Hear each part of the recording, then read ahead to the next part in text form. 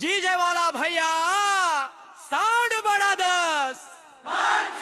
एक गोरिया आज फिर बाजार में निकलू का लोगन के होश उड़ा दे बुका।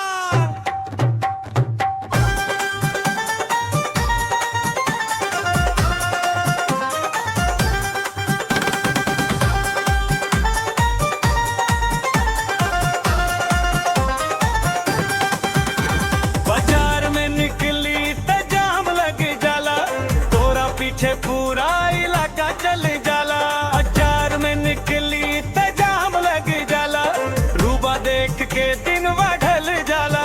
जैया तू नजरिया मिला देलू दिलवा के चैनवा उड़ जाला।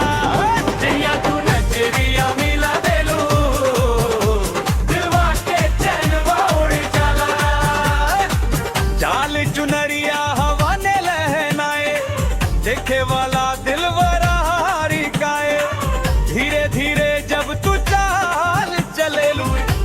चलत लोग ठहर जाए। कान में झुमका चमके रोनी, आँखिया तो हार बड़ी मस्तानी। एक झलकिया खातिर लोग तरसे, तू लागेलू सबसे सयानी। गली गली बस चर्चा तो हर नाम तो हर जुबान पर यार। जहिया तू हंस के देख ले लू हो जाला दिल बेकरार है। बाजार में निकली त जाम लग जाला, तोरा पीछे पूरा इलाका जल जाला। बाजार में निकली त जाम लग जाला, तोरा पीछे पूरा इलाका जल जाला।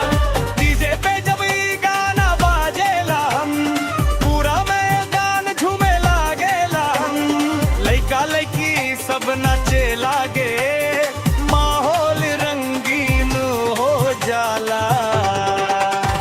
मोबाइल उठा के लोग बनावे हो, तोरे ऊपर रील सजावे हो। लाइन जाली से बज जाला, कॉमेंट के बरसात हो जाला।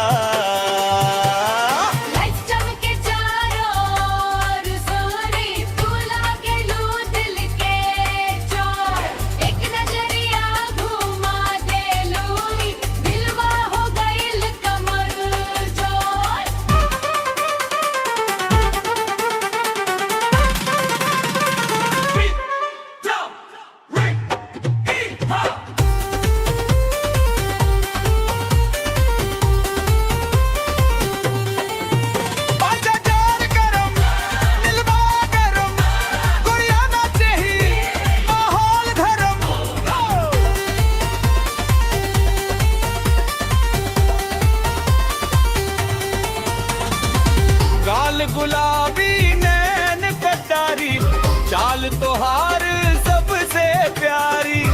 एक मुस्की पे जान लुका दी, तू लागेलू सबसे न्यारी। मेला होके चाहे शादी के रात, सबके जुबान पे तो मेहरबान। जहिया तू मंचवा पे घूमेलू, याद रहे बरिसों तक मुलोता कहा। तोरे चलते डीजे गरम बात दो, तोरे चलते माहौल नरम बात।